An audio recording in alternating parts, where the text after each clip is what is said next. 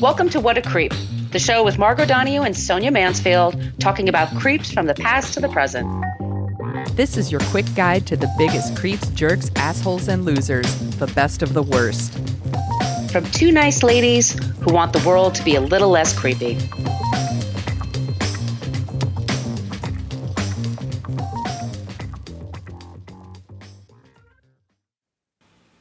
Welcome back to What a Creep. This is Margot Donohue, and my cohort in creepitude, as always, is the amazing Sonia Mansfield. Hey, Sonia. Hello, my friend. Hello, my friend. We are the podcast that talks about creeps from the past to the present. Sometimes we talk about ambivalent creeps. We'll talk about that in a second. But just so you know, we're always looking for suggestions for creeps and for non-creeps. And in case it's your first time listening, we always end the show with somebody who is not a creep, so you're not left feeling completely hopeless about the world. You can find us on Facebook. We have a basic Facebook page. That's where people go to complain about our language. This is your warning. We use salty language in this program. Fuck, shit, damn. There you go. Just like that.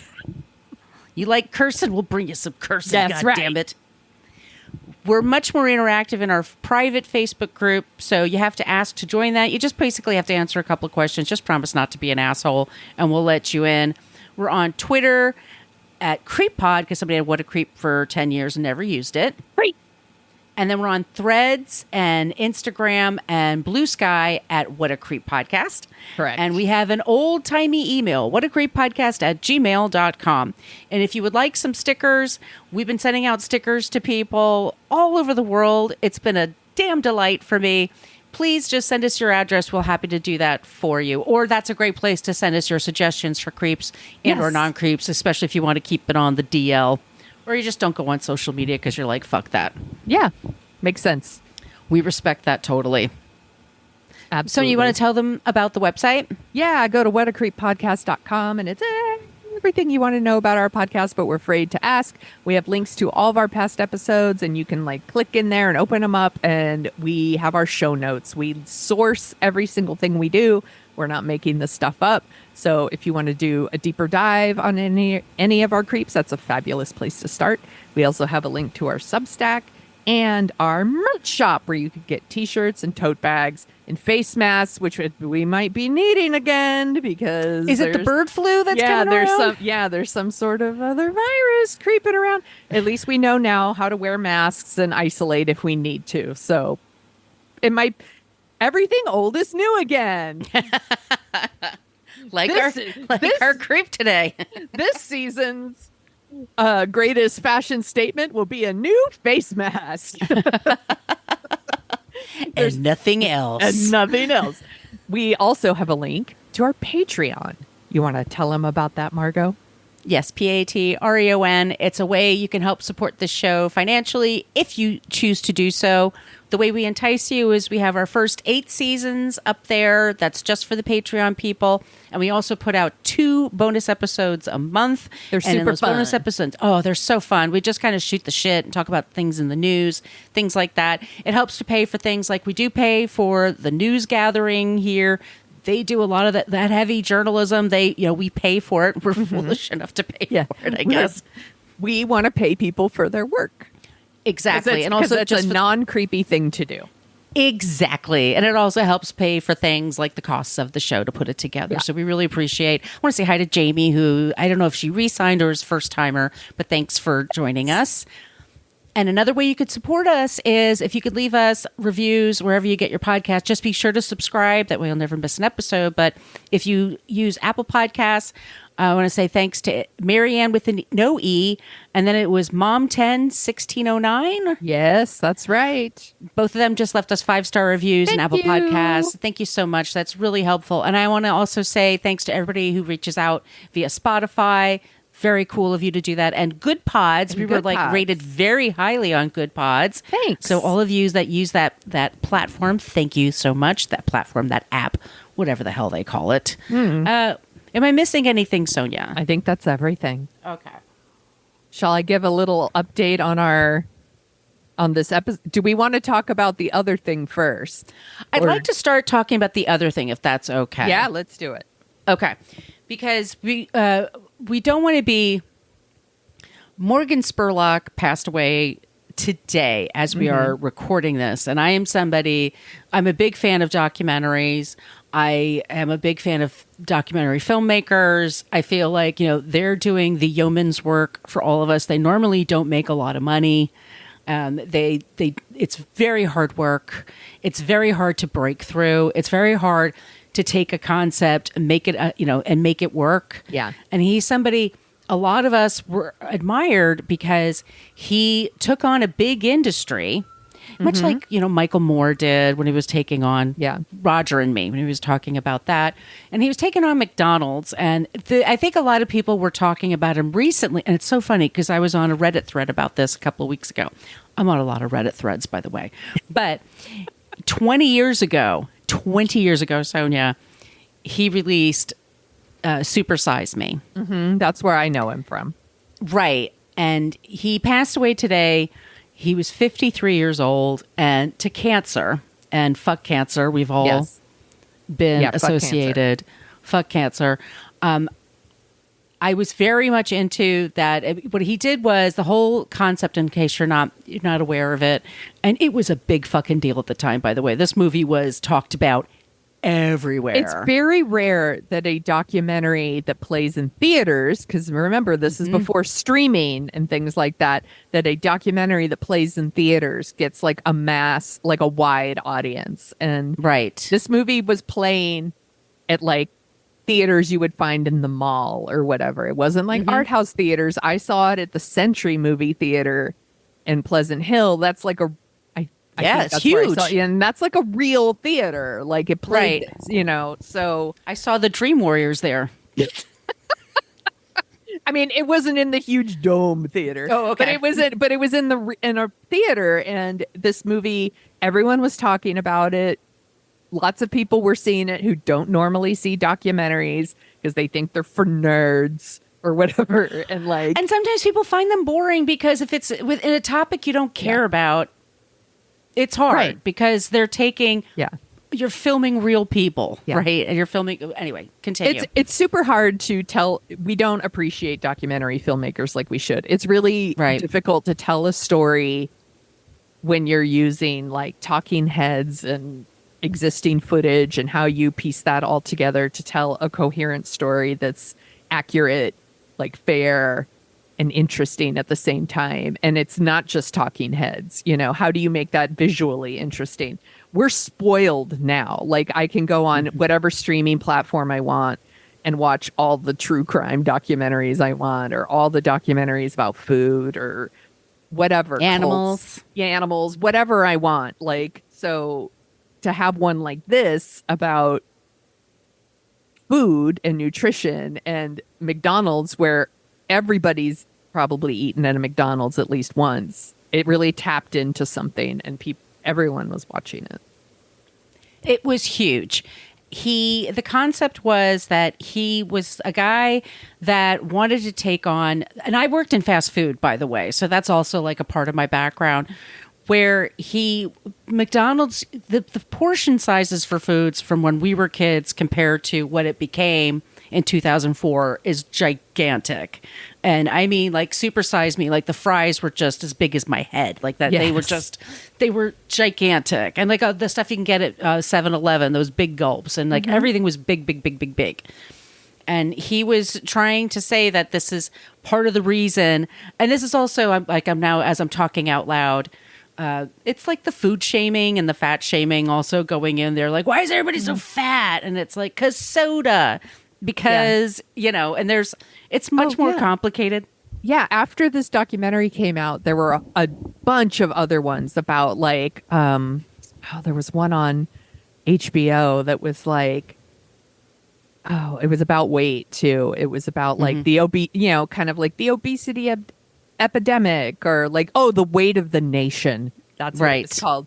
And it was about like the portions we serve in America and the clean your plate mentality that like we're raised with and things like, and then shaming people for being bigger and they always have that B-roll footage of people like being overweight, and they don't show their head. They're just walking down the street, like trying to live their fucking lives. Yeah. And then we decide like they need to be demonized. This also brings out things like The Biggest Loser and Celebrity Fit Club, all those things what we all kind of bought into. Yes. We're like, this is the way we're going to treat obesity. Yeah. We're going to make people starve and exercise more than any other generation. And that's going to undo this thing. Yes. And Morgan was, I don't know if he was engaged at the time, but he was with a woman who was a vegan chef. Right. And the whole thing was like, he wasn't.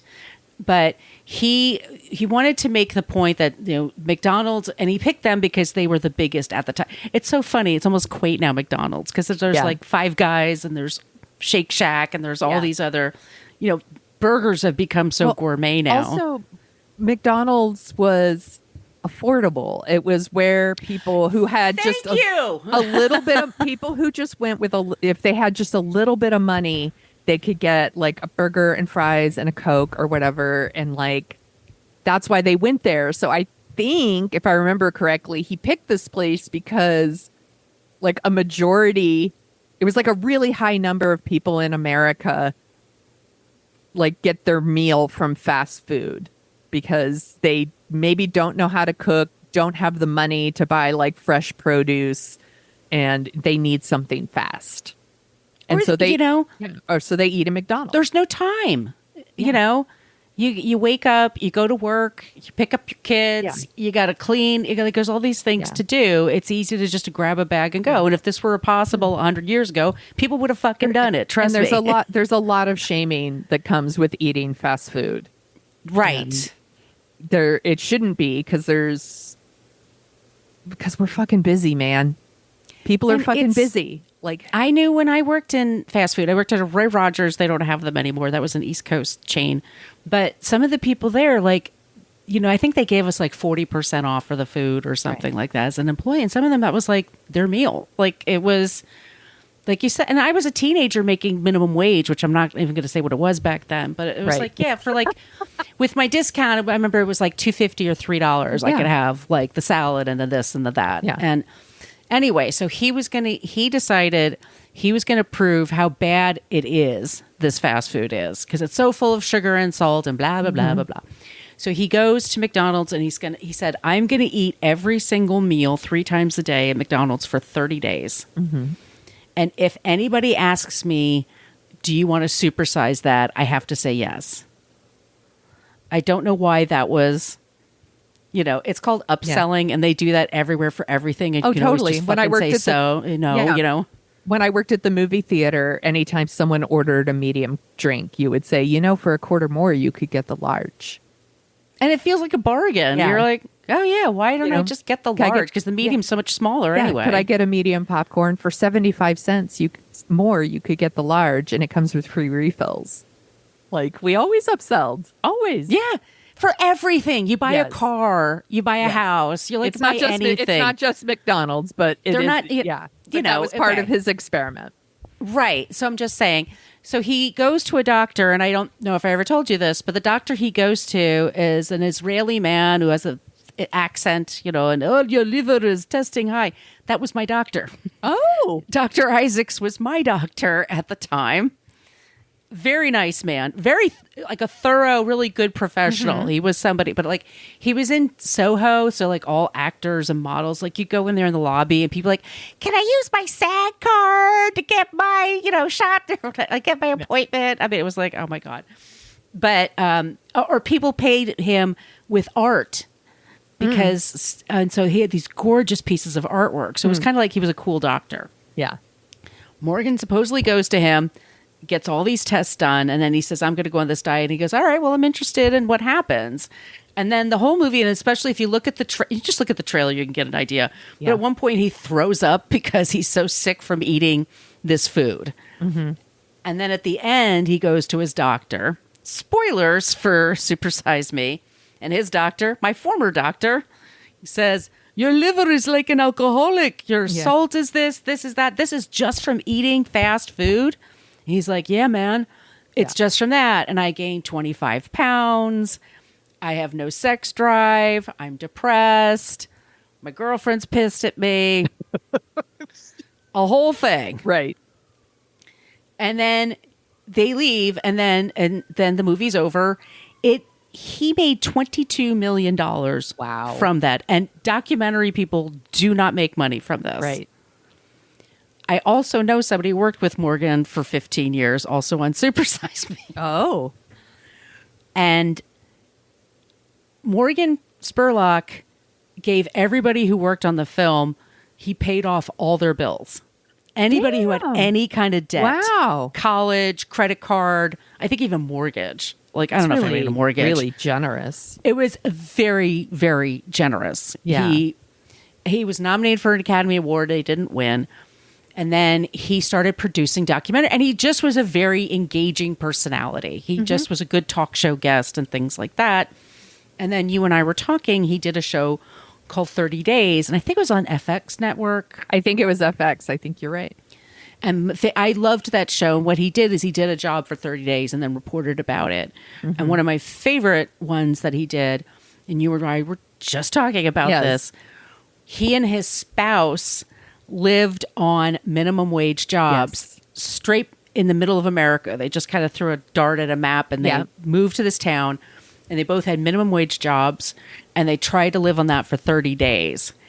And it was a fucking struggle. And by the end of the month, she had to walk to work, which was miles, because they couldn't even afford the bus fare. Also, she had like a crazy medical thing. Like, I feel like maybe she got a bladder infection or like something, and like that put them in debt instantly because, again, they're both working minimum wage jobs that didn't have benefits.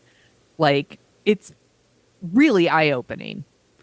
And and at one point they were engaged. I believe they were engaged at the time, and she had like her birthday in the middle of it. Like, she was 30 or something. Like, she had a major birthday. Yeah. And they had to like do it on the cheap because but he wanted to buy a gift for his nephew for his birthday, and it was not even like $7, $8 maybe. And then they had a fight because she was like, that's our bus fare. Like, now I got to walk to work and it's freezing outside. And it's like, you do, like, people don't understand. I remember when Bill O'Reilly, that asshole, we did an episode on him a long time ago, but he would talk about poor people. What do you mean by poor people in this country? They have microwave ovens and this. And I'm like, what? Like, it is, it's so gross because it's like, just because they're poor, they can't have anything nice. Microwave ovens are not nice. They're also, just, like, you can't have any kind of convenience right, at all. It's like, you're not poor. You have running water. Fuck you. Right. Fuck you. You have basic human shit. Like, and they look down. Oh, it's such bullshit. It's incredible bullshit. Yeah. And it was very successful. And then he had a deal with CNN, and he did a bunch of documentaries with CNN. And he had a few more movies. One of them was called Where in the World is Osama bin Laden? It was in 2008. Oh, I didn't watch that one. It's not good. Okay. He does a thing. I'll never forget this, because I think I even went to the movie theater to see this because I was a big fan. But he goes to this bombed out school, you know, because the war was happening and stuff. And I don't know if he's in Pakistan or not, but he's walking around and he's like, man, all they could do is just imagine there were kids here and they were reading, and now there's this. Like, well, duh. I mean, it's not like... Right. It was cheesy. It's like if somebody was making... Anyway, he turns out he was very close to where Osama bin Laden was found and killed later on. Yes. Damn. He did all these documentaries. He married this woman that was in that show. They lived in my neighborhood. I used to see them all the time. And then they split up. And my friend that I said that worked for him, my friend was I don't want to give away too many details because he doesn't know I'm talking about this, but he was like a second unit person. He did a lot of filming, a lot of on location stuff. So I don't think he was at the office that they had. And they had the office here where I live in Brooklyn. And it turns out he was putting out another movie, and it was called Super Size Me 2. And it was all about, once again, the fast food industry, but it was more about chickens and how chickens are raised in our country. And what do we technically call, free range chickens, and then he would show these Yeah. little tiny cages they were in. And he's Oh, like, I "This would is not never. I free would range." never watch this. It would make me cry. You would lose your shit. Yeah. This is like 2017. This when this comes out, Okay. and he supersized me to Holy Chicken. He in 2019 he was going to be in the Sundance Film Festival, and then they took him away, and he was dropped out because he admitted that when he was in college, he was accused of rape of a woman, and then also that at his office he had a sexual harassment, basically a suit. He had to pay somebody off, and a former assistant, because he sexually harassed Oh, her. I never heard these stories. Wow. Okay. Right. And then 2 years later, I think he's on his second wife. He's saying, this is 2019, he put out a bunch of tweets and said, with this Me Too movement, I've been thinking about a lot of things, and I realize I'm a part of the problem. And then he goes into detail that he sexually harassed women in his office, and also that he was a major alcoholic. And that was probably, and a lot of people then said, that's probably what was going on with his liver when the doctor was looking at, and also maybe why he got sick. Because once again, there are people who eat fast food every day and don't wind up barfing in their cars. Like there's people and live to be 70, 80. Like Right. it's not. Was he drinking at that time? He's basically said he's been drunk since he was like 15, 16. Oh, well. So by the time you're 30, there's some damage there. And maybe if you're eating crappy foods and you're in a crappy mood, you're going to probably indulge in some things to soothe yourself that probably more. I don't know. I wasn't there. But the things he said about women in his office were really gross. And I just know that the person I know that I'm friendly with, he quit right away. As soon as he put out these tweets, he was like, fuck this. And he'd been there forever and was like a long timer. It's interesting that he would like kind of out himself. I don't know if he was worried somebody was going to say something. Maybe. Did he say anything about like, and I'm going to change and do better? Yes, definitely. Okay. At the point that he released those tweets, he had said he was 600 days sober, which is almost 2 years. Yeah. And that's impressive. We've talked about this before. I lost my younger brother to alcoholism. It is diseases, the addiction. Addiction is fucking real, man. It'll mess up your life. It doesn't care who you are. Doesn't care if you're a man or a woman, if you're rich or you're poor, what background you come from. Doesn't care.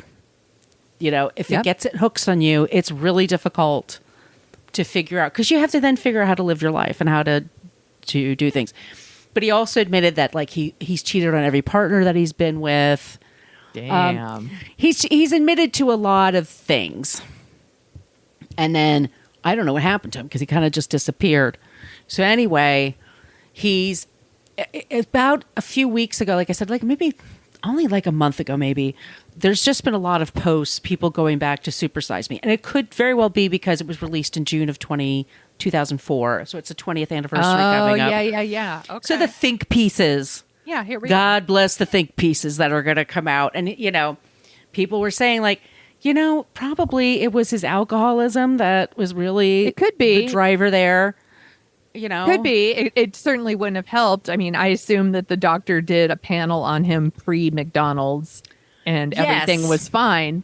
But if you're eating like that and you're drinking like he was maybe drinking, yes, it could definitely make it worse. Right.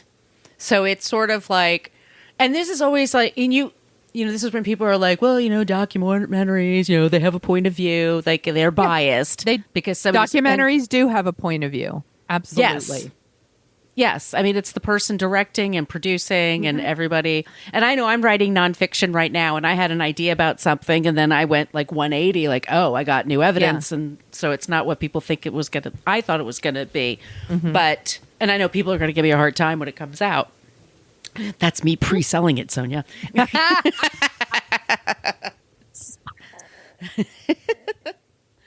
So anyway, R.I.P. Morgan Spurlock. Yeah. I'm very sorry. I mean, his brother made the announcement, and Yeah, I'm sorry I if saw his that. brother's listening. I lost my brother. I've lost both of my brothers, by the way. So it sucks. He's 53. He's way too young. That's so young. It's so young, and it appeared like, from what I saw, that he was trying to do better. Yeah. And do more for himself and do more for, he has a family, he had kids, and Yeah. I don't know. People are very complicated. I They think. are, Maybe that's what I'm absolutely. saying. This is we didn't know that we were going to really go in this direction in this little intro to another episode, but if you're all looking for like an alternate to that, you could watch the documentary Your Fat Friend with Audrey Gordon. Yes, say that, Like Sonia. I watched it a couple weeks ago. It's super great. She co-hosts Maintenance Phase, and she for years wrote articles anonymously under Your Fat Friend, and it was about like fat phobia and how things are depicted in the media and all, how that all that stuff. And then she like went public with who she is, and it's kind of bananas how people attack her online, like just for being fat, just for being overweight. Like, by the way, one of her things is she wants you to use the word fat. So that's why I'm using the word fat. When some people are like, I don't like it when you say the word fat, like that's what she wants. She self-identifies. Yes, as fat. And people they're threatening her online just for existing. Or Right. saying like, hey, maybe we're not shitty to fat people. And people are like, you deserve to die. It's like, are you like doxing her because Right. of this? It's really, really interesting. And she like talks about the process of writing her book and how she grew up and what her relationship was like with her parents and all of that. She's very, very interesting. And like, I don't know, I respect her work a lot. And I love Maintenance Phase. And, It's a great podcast, and yeah. I think I'm sure they must have done an episode about Supersize Me. That just seems like probably her and Michael's total jam to talk Absolutely. about Yeah. that. I'm sure that's come out, or I'm sure there's another podcast that sometimes they tend to appear on, which is You're Wrong About. Right. Might have covered this, but that that documentary is out there to be rented, I think. So that's a good alternative. Great job, Sonia. Thanks. Our creep and non-creep. He's not. I don't know if we're going to say he's a creep. Like Yeah. that's some creepy stuff that he's admitted Yeah, to. Like, and it's and it's an interesting story. I didn't know any of that. right. I didn't know if I was going to talk about it. And then I was like, I should talk about it. I've Yeah. actually I have some That's fine. connections to Yeah. it. So, I mean, respect to him, and okay. Anyway, Yeah. so staying in the film world. Yeah. We released this our episode about Kevin Spacey. I believe it was 3 years ago. This is when Dang. the accusations started coming out. 2021. It's already been post Me Too movement. We want to make it clear that some of the people that have accused him, some of the cases that have gone to judges or they've been dismissed. He was acquitted in a jury trial recently. I think it was a jury trial. Yeah. Yes, it was a jury trial because he They thanked were. them. Did you see the documentary? It was on Yeah, HBO. I did. I watched it, and we're linking to it in our show notes so people can go back. Some of the cases, there was a case in the United States, there's a case in UK, and both of them he was acquitted. Take from that what you will. Just because he was found of no legal wrongdoing doesn't mean it's not wrong or inappropriate. Like R.E. O.J. Simpson. Yeah, we can decide for ourselves, like Right. whether we believe victims or not. I believe them. Me too. So in our episode, we list it's over 30 accusations. Like this is one of those ones, kind of like the Andy Dick episode, where I started digging in and I was like, damn, that's a long list. The documentary is called Spacey Unmasked, and it interviews 8 different men, and none of them are people that are in my episode, which confirms what we say a lot when we talk about sexual predators is the people who speak up usually means there's a lot more that we don't know about. Right. And this is kind of proving our point. Like, I listed over 30 different accusations in our documentary, or in our episode, sorry. And this documentary has 8 more. Right. And, one is someone he went to high school with. So he's started the shit at like a young age. There's someone he worked at the Old Vic Theater that he was running. Another was an extra on House of Cards. And they interview a couple of different people from House of Cards that work closely with him, that witness things firsthand. It's really interesting documentary. It's frustrating too, because It's frustrating because Sharon Stone and Liam Neeson, I just put a link in the show notes, basically are like, well, he's been acquitted, so let's see some more Spacey. And I'm like, No. You get on a fucking film set with him. Put one of Nope. your sons on a film set with him, and then tell me you feel comfortable. yeah, no. And they're like, well, we need him. No, we don't. No, we don't. Well, there's plenty of And people who could play his part. I think he's a fantastic actor. Absolutely. I was a huge fan. Huge fan. Yeah, and I'm going to watch 7 again. I'll watch, Usual Suspects again. I loved Kevin Spacey. I was all in on Kevin Spacey. I thought he was awesome. Like, I had been a big fan since like Swimming with Sharks came out. Before he won his Oscar, I was stoked for him. And then I was super disappointed, well, yeah. obviously. And I think that comes out in the episode. You'll hear all about my disappointment. But again, like, the documentary covers some cases that we don't talk about. So we wanted to put out an update and push it out for our long weekend here in the United States. Yes. Remember that Memorial Day Monday is actually a day of observation for people who died while they were in service to our country. Yeah. It's not just a beach weekend. It's also a great time to go out and buy a new mattress. Sundays. No, I'm kidding. Go out and get 50% off your mattresses. That's what our founding fathers would want. Yahoo!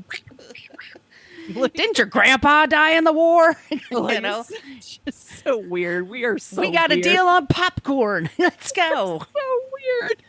It's bizarre what's happened. I like to go to the park. They do a service here up in Windsor Terrace. They have one for the vets there, and it's it's just nice. So anyway, so keeping that in mind for all those that perished in service, Yes.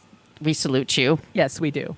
Whatever Salute. universe you are right now, we send our best thank wishes you. to you, and thank you. Thank you for your service. Thank you Yes. for your sacrifice for our country. This is kind of a strange episode, is it not? Very strange. That's cool. That's fine. But that's okay. Yeah. What are we going to be talking about? So we also co-host, just really quickly, we co-host a show called Dorking Out, where we dork out about movies. And we've decided to do, which one we're going to do, Sonia? We're going to replay 9 to 5 in honor of Dabney Coleman. So, who passed away yesterday or the day before. Yeah, and he's like 92, I think. Long 94. life, great career, fabulous actor, funny as shit. Yep. Just elevated material. I mean, 9 to 5, I think if anybody else was the boss, it wouldn't be as much He's fun. so good. R.I.P. He's Gary such- F. Hart. He was a great But douchebag to me, in he will movies. always be Hart. I love that movie so much. Thank you all so much for listening. We're going to replay our episode right now from our Kevin Spacey episode. And once again, all those places I listed at the top of the show, you can send us your suggestions for creeps. And remember also for non-creeps, and Sonia was on the ball coming up with one on the fly today. Go me. All right, everybody, stay safe, be kind. Don't be a creep.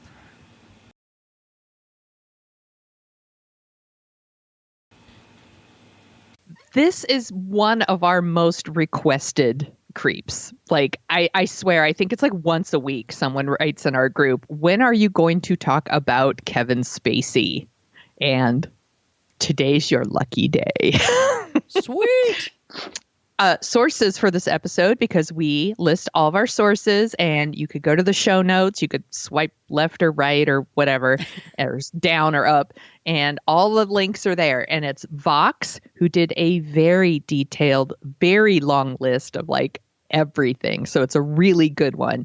BuzzFeed, New York Times, BBC, Hollywood Reporter, The Daily Mail, CNN, ABC News.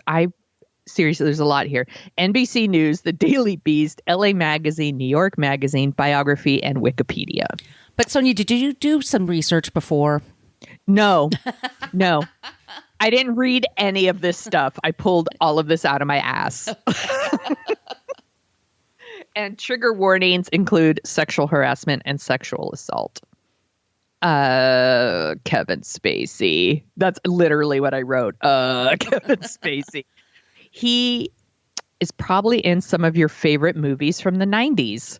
He did The Ref, Swimming with Sharks, The Usual Suspects, Seven, LA Confidential, Time to Kill, American Beauty, a movie that a lot of people love, but we don't. We did a Dorking Out episode about it if you want to know more about that. He's won 2 Oscars. He's won multiple like Golden Globes, Screen Actors Guild Awards, Critic Awards. Most recently, he was on House of Cards on Netflix, where he won, a bunch of awards for that too. Did you ever watch House of Cards, by the way? I super loved the first couple of seasons, and then it just it got too, turns out too real for me to handle. So, but I loved, he's a great actor, and he's in a lot of things that I super love. He's super talented. I can't take that away from him. He's super talented. This is true. I'm going to admit right off the bat, I was a really big Kevin Spacey fan. If he was in something that was good enough for me, I would go see it and be like, yeah, at least Kevin Spacey's in this. I really liked Kevin Spacey, even though I didn't watch House of Cards. But one of the things I liked about Kevin Spacey was he was really good at playing creeps. Like, he was so good at it. And it turns out he wasn't really acting. More than 30 people have accused him of sexual harassment and sexual assault. So that's why he's a creep. So let's start at the beginning. Kevin Spacey Fowler was born in South Orange, New Jersey. Do you know this? Yes, of course. Okay. July 26th, 1959. He's a Leo. Sorry, Leos. His father is Thomas Fowler, who worked as a technical writer and a data consultant, and his mother, Kathleen, worked as a secretary. He's the youngest of 3 kids, and you're going to love this. His older brother, Randy, works as a limousine driver and a Rod Stewart impersonator. I love that. I want to hang out with Randy. Mm-hmm. If you think he's sexy and you need a ride, come on, baby, let him know. He also has a sister named Julie, and she just works in an office, and she leads a very quiet life. His family relocated from New Jersey to Southern California when he was 4 years old. And Spacey's brother, Randy, has said in interviews that their father is a racist, Nazi supporter, and he was sexually and physically abusive. Oh, Jesus. Yeah. Randy said that his father began molesting him when he was 12, and that the mother knew of the abuse. And Randy said, this is a quote, "Neither Kevin or I had a chance growing up with 2 such damaged parents. There is so much darkness in our home that it was beyond belief. It was absolutely miserable." And because all of this was going on, Spacey really tried to avoid everything by like kind of just wrapping himself up in an emotional bubble. He was very cut off, and he was very sly to avoid trouble. When he started high school, he was sent to military school, but was expelled for throwing a tire at a student. Like you do. That's CrossFit. Didn't they know that? Yeah. He was ahead of his time. He should have grabbed a big hammer. I'm like, no, I'm working out. I'm getting ripped. I'm getting ripped, man. Eventually, he was transferred to Chatsworth High School, and he was the co-valedictorian along with Mayor Winningham, who we love. Oh my God. Really? Yes. Wow. It's going to get really good. And this was all in 1977. At the high school, he starred in the senior production of Sound of Music, and he played Captain Von Trapp. And Mare Winningham played Maria. Isn't that cute? I would have cute. loved to have seen that. Oh my I know, God. My those brain it wants that. Those people got a special treat and they didn't even know it. Wow. So around that time, that's when he started he dropped the Fowler and he was just going by Spacey, obviously, because his father is an abusive prick, right? Why do you want that name? Yeah, I get it. That guy. After high school, Spacey tried his hand at stand-up comedy, which I did not know. And if you've seen him on SNL, he's a funny guy. Yeah. And really good at impressions. Yeah, I'm sorry. I watched a movie that I really loved last week, and it starts Burt Lancaster, and I forget the name of it, but it's a guy who has like all these kids, and they're coming to visit him, and then he dies, spoiler, and they give him a Viking funeral. Do you know what I'm talking about? No. Rocket Gibraltar. Oh, it's on Amazon. Gosh. Okay. And Kevin Spacey plays the boyfriend to one of the women, or the husband, excuse me. And he plays a stand-up comic, and he's not very good, but he shows up, and first thing he does is a Johnny Carson impression, and it's spot on. Yeah. He's really good at it. So continue. Yeah. There is an amazing SNL skit where they did like other actors auditioning for Star Wars. He gets to he's doing like his Jack Lemmon and his Walter Matthau and his Christopher Walken. Like he's really, really good at that stuff. So I get it. Like he's a funny guy. He is. One of his former high school classmates was Val Kilmer. There's Another a lot kook. Another kook, but we love Val Kilmer too. And he convinced Kevin Spacey to enroll in Juilliard, which he did. And he went there for 2 years, but he left. He joined the New York Shakespeare Festival. Oh, that thing. And that little thing. And then after that, it was just work. He did a bunch of stage and TV work. His first big starring role on Broadway was opposite Jack Lemmon. In Eugene O'Neill's A Long Day's Journey into Night. This was in 1986. Also in 86, he made his big screen debut in Mike Nichols' Heartburn. Yep. With Meryl Streep and Jack Nicholson. And then in the late 80s and 90s, he just started showing up in movies. So you saw him in Working Girl, where he played a creep, and Glengarry Glen Ross, where he played a creep. And in 1991, he won a Tony Award for Lost in Yonkers. Yep. And then in 95, he just blew up. So he had these 2 movies, one right after the other. One was Seven, which is really good, and he's really good in it. And The Usual Suspects, which he won the Oscar for Best Supporting Actor. And then after that, he was really big. So it was Time to Kill, Midnight in the Garden of Good and Evil, LA Confidential, legit great movie, and American Beauty, which he won the Academy Award for Best Actor. During this time, he was also doing a lot of highly acclaimed stage productions at the Old Vic Theatre in London. And he spearheaded a successful fundraising campaign to keep that theater open. And he was a big donor, and he actually worked as an artistic director from 2004 to 2015. It's a long time. Yeah. And throughout his career, there was a lot of speculation about Spacey's sexual preferences. He was never seen with women. He'd bring his mother to the Oscars. There was this really famous October 1997 in Esquire. Do you remember this? And the headline was Kevin Spacey has a secret. And they basically outed him. Yeah, it was not cool. It was very predatory. Not cool. Yeah. And they kind of backtracked it, and they were we were really talking about his character in Midnight of the Garden of Good and Evil. We weren't really talking about him, but if you read it, they were totally talking about him, and they kind of outed him.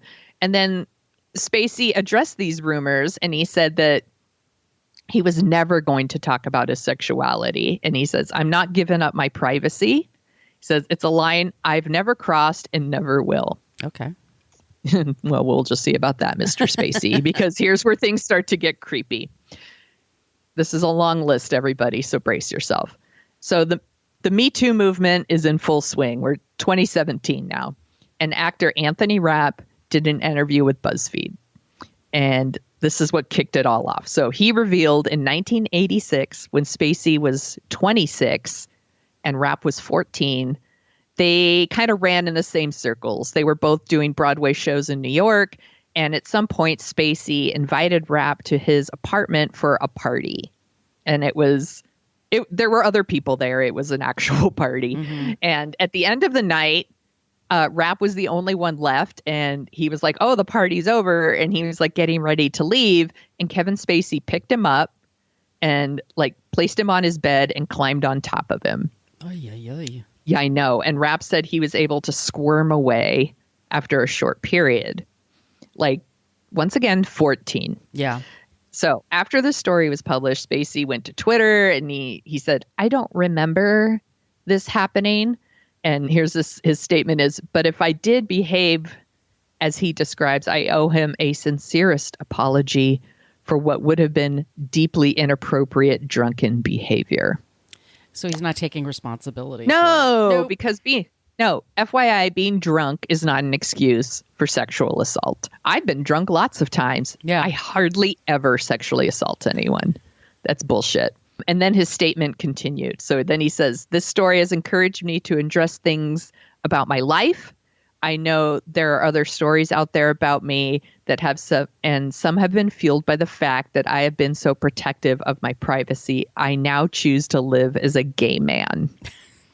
So, in other words, Kevin Spacey tried to change the narrative here. Right. So it's not about I sexually assaulted this 14-year-old boy. It's that I'm gay.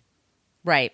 And to his credit, it worked a little bit. Like some places ran with the story of Kevin Spacey comes out. Oh, and also he sexually assaulted somebody who was 14. Like, it's really shitty.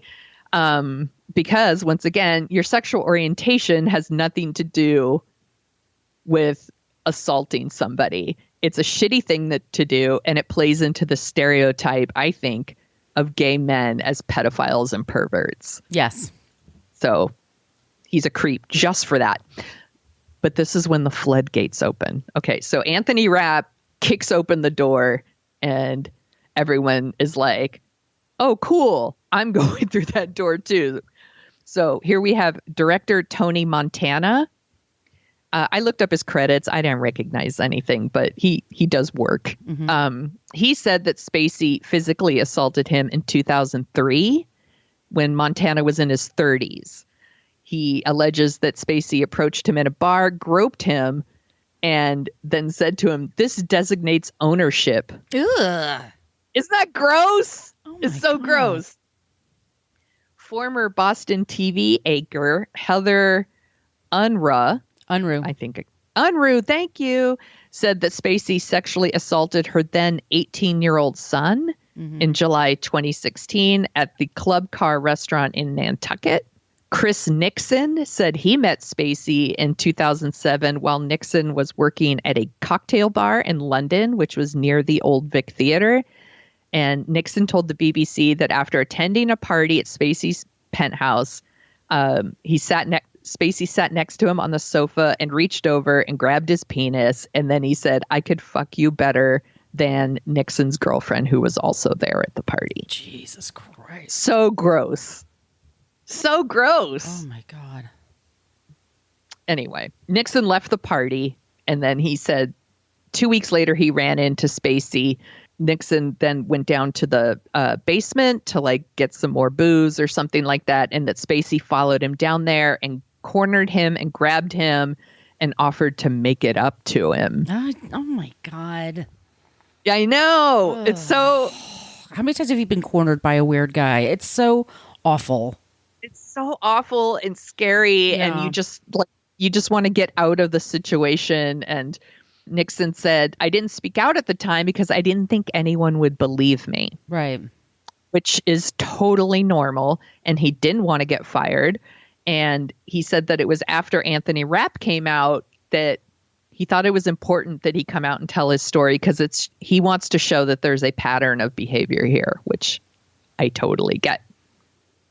So also in 2007, Norwegian writer Ari Behn met Spacey at the 14th annual Nobel Peace Prize concert in Oslo. You know, He's just there, just hanging out. And that concert, by the way, it was hosted by Spacey and Uma Thurman. And afterwards, Spacey and Bean went to a party at a nightclub, and they were seated next to each other. He said that Kevin Spacey kept reaching under the table and grabbing his junk. Ooh. I know. I'm like, keep your fucking busy hands to yourself, you fucking creep. You could pay people, by the way. Yeah, no shit. Well, we're going to get to that. Oh, okay, good. Okay. I'm sorry, you guys. It's a long list. Actor Harry Dreyfus, so that's Richard Dreyfuss's son. Oh, yeah. Said that Spacey groped him when he was 18 years old.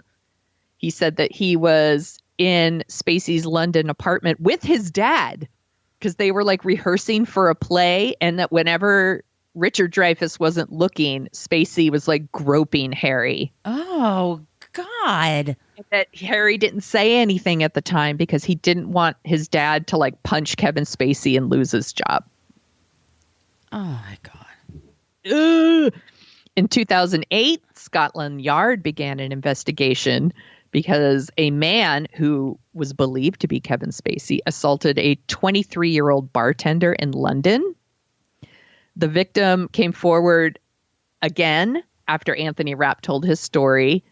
And he said this is what happened, that he approached Spacey to get some advice for his career, and that Spacey invited him back to his apartment and they were smoking weed, and that he woke up and found Spacey performing oral sex on him. Oh, my God. It keeps going. In 2010, Daniel Beale said that Spacey flashed his genitals at him while Beale was working at a bar in West Sussex. Beale was 19 at the time.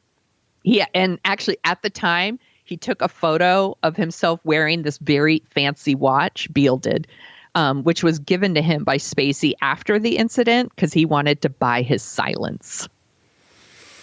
Oh, my God. Jesus. And then we get to the like House of Cards years. So from 2012 to 2017, 8 sources told CNN that Spacey's behavior was predatory, that he harassed or initiated non-consensual physical contact, also known as assault, with production crews, specifically targeting young men. One anonymous crew member said that Spacey routinely touched him inappropriate through 6 seasons on the set, and that he didn't say anything because he felt uncomfortable speaking up and he didn't want to lose his job. Yeah, this happens on sets all the time. We're finding so out. Awful. It is such a horrible environment for people, and stars just have too much power on the set. Yeah, and people feel like we've talked about this before, the idea that you should just feel honored to be working in Hollywood. Right. So you need to put up with this sort of thing, and it just fucking sucks. Yeah, and a lot of them have it's like a gig economy. Like they just have a gig for a little while and then they try to get another gig. It's, you know what I mean? They don't get benefits or anything like that. So these getting these jobs is like super important, and you want a good reputation. Exactly. So, I was just going to say, you rely on word of mouth so much for these jobs and being recommended. Right. I feel so bad for them. This one's fucked up too. In September 2012, it's all fucked up, by the way. Not trying to say that anyone's is more fucked up than anyone else's. In September 2012, Spacey was filming like a promotional shoot it was a photo shoot for the first season of House of Cards. And he was like holding a burning flag, and he like burned his hand a little. So this like 20-something production assistant drove him to the hospital. Spacey apparently was too wounded to like continue the shoot, but not wounded enough to not sexually harass people. And he totally harassed this person in the car and was groping them, and with the burned hand, with his non-burned hand. So he's got guess the burned hand like kind of up and wrapped, and then the other one's just grabbing the other person's junk. Who's driving them? Yes, or accompanying him. Oh, for God's driving. sakes. Yeah. He's going to get them both killed. And then multiple on-set sources said that he groped the PA, and that the PA actually complained to his superior, but nobody did anything about it. And then oh my God, I know it's oh Jesus Christ. Even when you do speak out, it doesn't matter. Yeah. So the Old Vic Theater had so many people working there over the years that they set up like a hotline so they could do their own investigation. And they received 20 allegations of inappropriate behavior, and they were all young men. They were all over the age of 18, just to be clear. Mm-hmm. One of them was this Hispanic actor, Robert Cavos. I got it. It's Cavos. And he worked with Spacey at the Old Vic, and he said that Spacey touched him inappropriately numerous times and said that Spacey would frequently grope men while hanging out at the Old Vic's bar. And he said, it appears that all that was needed was a male under the age of 30 for Mr. Spacey to feel free to touch us. It was so common that it turned into a local joke. It's so fucked up. But there's always that guy that wants to hug you. Yes. And we know this. It's like starting like 7th grade for me. Guys think, oh, I want to give you a hug. And they try to like hump you. And they're just like, they're just hugging you. What's the big deal? And it's like, I know what's really happening. I'm not fucking stupid. But if you say anything, you're bitchy or you're not fun or you're whatever. And you're inviting it. It's so fucking frustrating. Just keep your body to yourself, people. Yeah. I can't even. This happened to me at the movie theater all the time. Inevitably, someone who works with you is a dude with busy hands. Yeah. And it's like he tries to squeeze past you at the candy counter and he like brushes your ass. Or touches your waist as they walk. Yes. Oh my God. That's another one where I was like, that's some intimate shit. Yeah. Like, you don't get to touch my waist. Like, I hate that. I fucking hate that. Yes. So gross. But he was such a big star that they were afraid. I feel so bad for them. And there's this other thing about some people didn't want to come out because they also didn't want to be the person that outed him. Right. Right. Like they don't want, at this time he's gay, but he's not out. And so they didn't want to be the person that outed him too. They took it on themselves to do that. That's like so crazy to me. When he won the Academy Award for American Beauty, he wasn't with his mother that time. He was with a woman named Diane. Oh, yeah. And he kept saying, Diane, thank you so much for all your love and everything. And she had the most startled expression, like, what? Whatever, he man. was really trying to keep it secret, being the point. Yes, it was a big deal. It was like a really bad kept secret, though, because I don't know. He's a good actor, but apparently not good enough to convince everyone that he wasn't into dudes. I think it was pretty well known, but never officially. So there's more stories. There was a journalist who spoke with BuzzFeed. They remained anonymous, though, because they still work as a journalist. And they were interviewing Spacey. This was in London in the early 2000s. He said after the interview, Spacey invited him to hang out with him and some friends at a club. And he said that Spacey continued to like grope him aggressively, quote unquote. That's also called assault. And it happened repeatedly. And he kept trying to tell him to stop. And then when he tried to leave, Spacey prevented him from leaving and then started screaming at him that the journalist wanted to fuck Spacey, but that he was a coward. Oh my God. And then the journalist said that was his tactic. It was unbelievable. Wow. Like that's his fucking pickup line. You want to fuck me, but you're a coward. What an asshole. So the journalist actually reported this incident to his editor. The editor confirmed that this did in fact happen, and this was all in BuzzFeed. So the links are in the show notes. Another anonymous man told New York Magazine that in 1983, when he was 14 and Spacey was 24, he began a sexual relationship with Spacey that ended after Spacey tried to rape him. Oh, man. Yeah. He's a young actor. He said that his relationship with Spacey lasted about a year and that during that time he finally became aware that 25-year-olds don't usually have sex with 14-year-olds. Right. That it's wrong and that I was not the guilty party and I could leave. That's what he says. And he told New York Magazine that the relationship ended when he was 15, and that's when he tried to break it off, Spacey tried to rape him. Holy shit. Yeah. Wow, this guy's an asshole. He's such a fucking asshole. I only knew about I told you this before we started recording. I only knew a few of these stories. I had no idea the list was this long when I started. I was like, it just keeps going. There's more. In 1985, Spacey approached a 17-year-old boy and like invited him back to his home, where Spacey was at first like really charming and sweet to him. And then it quickly escalated to being like he called it, quote, sexually inappropriate. Oh, God. He took his dick out? Basically. And the boy, well, he's a man now, but at the time he was a boy. He said he was grooming me. Which, but the kid left. He just left. Mm-hmm. So good on him. Here we go. We got another one. In 1988, Justin Dawes met a 29-year-old Spacey. He was 16 years old. He invited Dawes and a friend to hang out at his apartment. He served them cocktails and he showed them gay porn. Mm-hmm. He knew I was in high school, but he wanted to have sex with me. It was pretty clear. And then they left. So good for them for leaving. Good call. I'm glad they were able to leave. Sometimes you can't. Yeah. Well, it sounds like he had a friend. He had a friend with him, so at least there was two of them. But fuck this creep.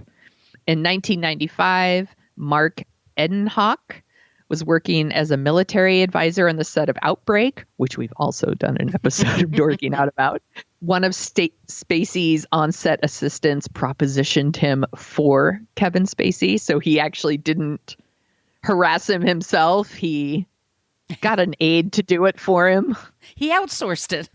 Yeah, he outsourced it. I shouldn't say the word harass because he he's probably like, hey, Mr. Spacey would like to get with you. It's like, and he was like, no, thanks. That poor assistant, by the way. Like, that sucks. In 1995, on the set of Albino Alligator, which I think I saw when it came out, but I've never seen it since. Spacey was harassing a crew member who was 22 years old at the time. And according to anonymous crew members, Spacey initially seemed friendly and took an interest in this crew member. And then it immediately turned into like super creepy behavior and was giving him unwanted massages. Oh, no. Always with the massages. Right. It goes back to the massage. Yeah, always goes back to the massage. And this crew member said, on one of the last days of shooting, he sat down next to me, put his thigh next to mine, and put his hand on my thigh and moved it towards my inner thigh. He was going for his junk. And this man says, I felt trapped. I felt harassed and I sexually harassed. And it's like, yes, that's exactly what it is. What was happening to you? Yeah. So you mentioned, like, why doesn't he just pay for it? So it turns out Spacey has been banned from booking massages at some spa chains, including Burke Williams, and through the Soothe app. Oh, yeah. Yeah, because he harasses the staff. Oh, Jesus. That's so gross. And these are just ones of people who have come forward, right? So probably tens, not maybe 20s more of people who have not come forward. And this is a lot. Yeah. So after Anthony Rapp, and super props to Anthony Rapp for being brave and telling his story, all these stories start coming out, and there were a lot of repercussions for Kevin Spacey. So he was fired from House of Cards. He was, this is amazing, completely erased from the movie All the Money in the World. Oh, yeah, they had to recast it. And they recast him with Christopher Plummer, who got an Oscar and a Golden Globe nomination for the role. The International Academy of Television Arts and Sciences, they're the people that do the like International Emmy Awards and stuff like that. They were going to honor Spacey with like a Founders Award. They obviously changed their mind on that. He had a nonprofit called the Kevin Spacey Foundation that was supposed to help emerging actors. I'm sure he was trying to help himself to their dick. It announced it was closing.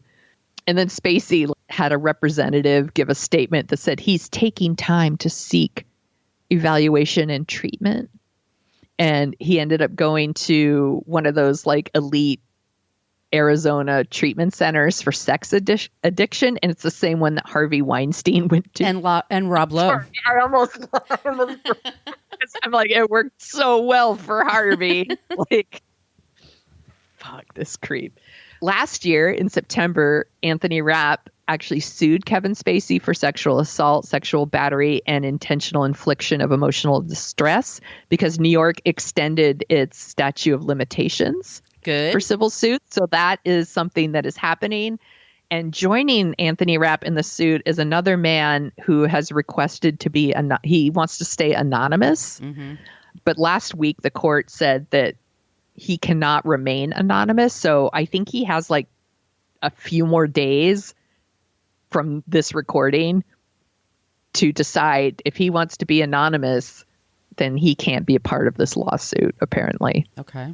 So that sucks because the man, he's going by the initial CD, and he is worried that if he goes public, like there's going to be post-traumatic stress and anxiety, nightmares, depression, like all the consequences that come with testifying. Yeah, reliving it and testifying in public. Look, once again, people don't want this kind of fame. Right. They don't want it. People are like, they just want to get fit. They don't. Nobody wants this. The police in England have said they haven't decided yet if they're going to file criminal charges against Spacey. They're still investigating all those accusations against him from the Old Vic Theater allegation. And a source, so what is Kevin Spacey doing right now? A couple of sources have told The Hollywood Reporter. One says he's living in London at his place near the Old Vic. And another source says that he is planning to write a book, but under a pseudonym. Well, I mean, is it about his life story? That's going to be pretty easy to figure out. I don't know. It probably won't be about him. I would guess that. So he's writing a fiction book? Probably. That would be my guess. If it's under a pseudonym. Yeah. Huh. It must be a fiction book, but. He's got to do something, I guess. As long as he's not touching other people or seriously. Good. Find something else to do, but quit your shit. And I feel bad that, of course, that he was abused as a kid, and that's super unbelievably traumatic and terrible. And of course, we have empathy and sympathy, but it doesn't give you the right to do that to someone else. No. And he did it over and over and over again. I'm sorry, you have to take responsibility for your actions. Right. And I do have so much sympathy for him that this happened to him when he was younger, but you can't do that. I'm sorry. No. Yeah, you know how bad it is. You know how horrible it feels. He's a fucking creep. Yeah. It was such a bummer. Like I said, I was a big fan. So, but that's our creep, Kevin Spacey. Good job, Sonia. Thank you. I'm going to go take the longest shower. I know, you're going to take a soapwood shower. So, blah. A friend of mine knows people that they are in the theater world in New England where Kevin Spacey hangs out. And she said that he just had this reputation for being a raging asshole, just super tough to work for and just obnoxious. So like he's that on top of this. So yeah, which sucks because you want to work with someone that talented. Right. I'm sure if I did some digging, I could find like all kinds of on-set acting like an asshole. Right. I decided to focus more on. No. This is the criminal activity. So yeah. Yeah. Wow. Okay. So let's take a break and we'll talk about our non-creep this week. And you don't even know who it is. I'm going to surprise you. I know. I'm dying to know. Here you go.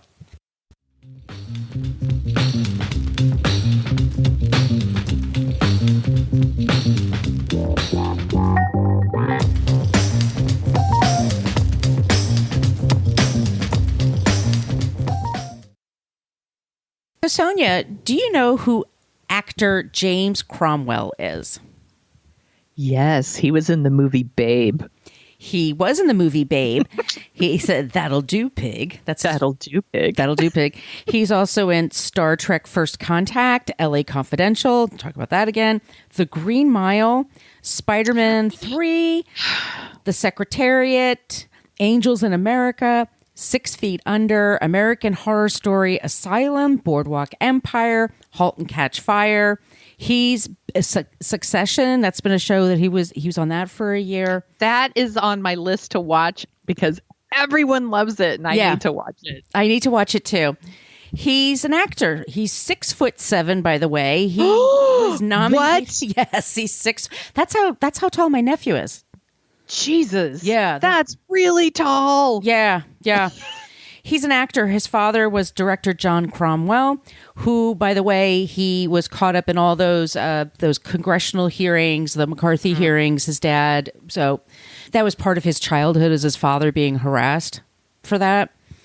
He is an actor, but he's also an activist. He was raised with that in his family, but the biggest moment in his life, and I realized I should probably do an episode about this. In 1964, in Philadelphia, Mississippi, 3 men were part of a team called CORE, and what it was is they were going to the South to help people register to vote because Black people were being harassed to not vote. And they went to Mississippi, and they were killed by the KKK. Mm-hmm. And it's a horrible story, and we'll talk about the man, Edgar Ray Killen, played by James Woods. I think it is. Yeah. Also, was this movie related to or was this the movie Mississippi Burning? Mississippi Burning, yes. Mississippi Burning. Okay. And his friend Mickey Sherwin was one of the men that was killed. And he was young, and it was terrible. So he became an advocate for change. He supported the Black Panthers from the back in the day till now. He's a big human rights person, but he's also really big into against animal cruelty. Ooh. He does a lot of stuff with PETA, but also with other organizations. You and I aren't like too thrilled with PETA, but no, they're not my fave. They're not my fave either. But animals are my fave. Yeah.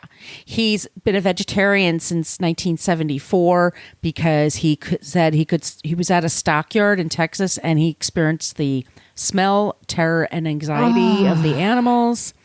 He became a part of PETA because when he starred in the movie Babe, he realized how intelligent pigs are. And I don't know if you know this, but pigs are super intelligent. They're so smart. They are so freaking smart. And they make actually for great pets. They're not messy.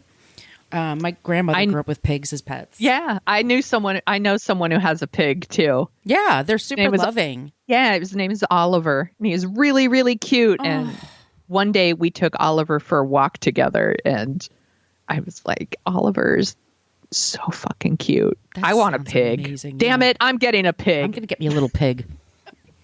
my menagerie here. His activism also went into effect one day when he went to SeaWorld here in the States, and I think it's in San Diego, where they do that thing where they take those beautiful whales and dolphins and all these other, sea creatures and make them perform stunts, which gives them, anxiety and ulcers. Oh. It's horrible what happens. I can't even watch. There's all these documentaries about that, and I can't even watch them because I know it'll wreck me. It will. It actually will. You do need to kind of prepare yourself.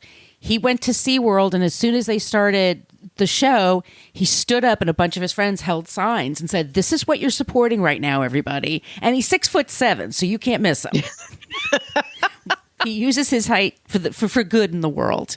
He is also against environmental pollution and has been arrested several times for going to protests against things like people putting shit in the water that could poison you and all kinds of things. He's just an incredible, strong, smart man. He shoots from the hip. He said that wars, what do you say, where would you like to start? We could start with the Peloponnesian War. We can go through Crimea into the First World War and the millions who died in the trenches for what was basically a family spat. My country is divided almost 50-50 between people who are mildly deluded and those who are completely insane, driven to their insanity by their ignorance. He's not a big supporter of Biden. He just thinks he's lesser of two evils. He's a Bernie guy. And, and he says that the only thing that gives me hope at all, and this is from an article, Big Issue. The only thing that gives me hope at all is Greta Thunberg, Black Lives Matter, movements all over the world of indigenous people, people of color, women, trans people fighting for justice. People give me hope. Politicians give me no hope at all. And he's still here with us. He's still fighting the good fight, and he's using his fame. He's using his stature to promote good things in the world, and is willing to go to jail for it, which is super fucking brave, I think. I think so too. I'm going to start referring to him now as National Treasure. Yes. James Cromwell. And that's our not creep this week, James Cromwell. That's a really good pick. I didn't know all of that stuff. Yeah. Yeah. Awesome pick. I picked him, by the way. I should have said this at the top. He was nominated for an Academy Award in the same category as Kevin Spacey in 1996. So I was looking like who else was nominated, and I started looking into their stories, and I started reading his story, and I'm like, ooh, that's really cool. He sounds interesting. Was it for Babe? Yes, it was for Babe. Oh, that'll do, Pig. I love that movie so much. I cried my eyes out. I haven't watched that movie in a really long time. It gets me very emotional.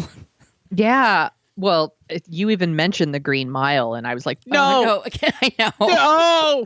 No. And that was a set full of men. I think one of them, it's like Tim Robbins is like 6'3". Like that's a set where like all tall men, but he's like 6'7". Jesus. Yeah. I'm going to put Babe on my list because I think it would be fun to show my son. Oh, he'd love it. I think it would be fun for us to talk about Babe on Dorking Out. I think we should put that on the list. I will put it on the list. So you guys, if you like the sound of our voices, and by golly, if you're still with us, you probably do. Or we're torturing you right now. You can't reach it. You're trapped under something heavy and you just want to turn off this podcast. It's so awful for you. Sorry. But we co-host a show called Dorking Out where we dork out about movies. Sonia, what's going to be the next movie that we're going to cover?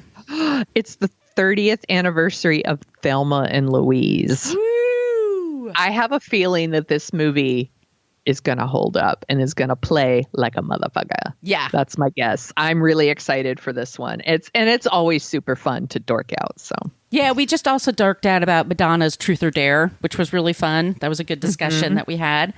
Please follow us on all the things with social media. We love it. If you have suggestions, we love it when you use the Andy Potts GIF. We got one from Ghostbusters, but use whatever you want. We're always here listening. If you'd like some stickers, please email us, whatacreeppodcast, spell that all out, at gmail.com. And Sonia, where can they find you? You can find me at thesoniashow.com and The Sonia Show on Twitter and Instagram and TikTok. She's good on TikTok. Oh, thanks, my friend. Where can people find you, Margot? I'm at Brooklyn Fit Chick for Twitter and Instagram. You can follow me on TikTok. I don't think I'm ever going to do anything, but I'll follow you back. I'm not good at these things. And my blog is brooklynfitchick.com. And in the meantime, everybody, be good, be kind. We're going to, until the next episode, don't be a creep.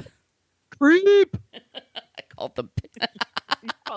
Thank you for listening to us talk about creeps. You can follow us at What a Creep Podcast on Facebook, Twitter, and Instagram. But don't follow us too closely. You can email us your creepy stories at whatacreeppodcast@gmail.com. But please keep your dick pics to yourself.